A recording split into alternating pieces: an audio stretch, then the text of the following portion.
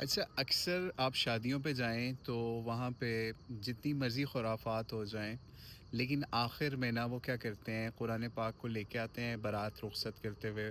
وہ لڑکی کو قرآن پاک کے سائے کے اندر یا لڑکے کو بھی رخصت کر رہے ہوتے ہیں شادی ہال یا دیگر جگہوں سے۔ تو میرا یہ دل کرتا ہے کبھی دوبارہ شادی ہو تو ہم پتہ کیا کریں گے، اگر کوئی اس طریقے سے قرآن پاک لائے نا، تو ہم اس کو کہیں گے بھائی قرآن پاک ہمیں پکڑاؤ، اور ہم اس کو لے کے آگے چلیں گے،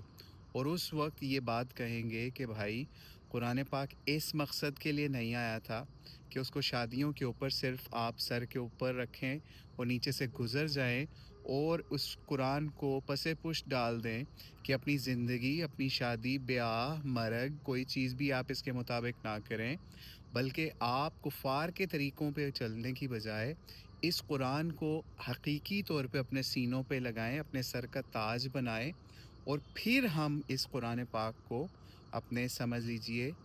پڑھنے کا یا اس کو اپنے آگے کرنے کا حق ادا کر سکیں گے۔ وگرنہ یہ ایک نہایت ہی قرآن پاک کی بہت بڑی سمجھ لیجئے اہانت والا معاملہ ہے، اس کی بے حرمتی والا معاملہ ہے کہ ساری آپ بے غیرتیاں کرنے کے بعد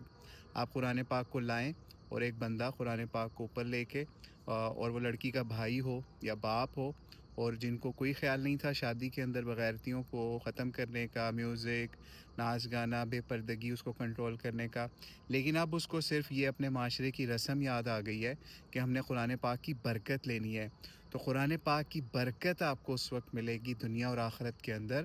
اگر آپ اس کے اوپر عمل کریں گے، اور اس میں آپ کو مل جائے گا اطیع اللہ و اطیع الرسول، کہ اللہ کی اطاعت کرنی ہے اور نبی علیہ الصلوۃ والسلام کی اطاعت میں اپنی زندگی گزارنی ہے۔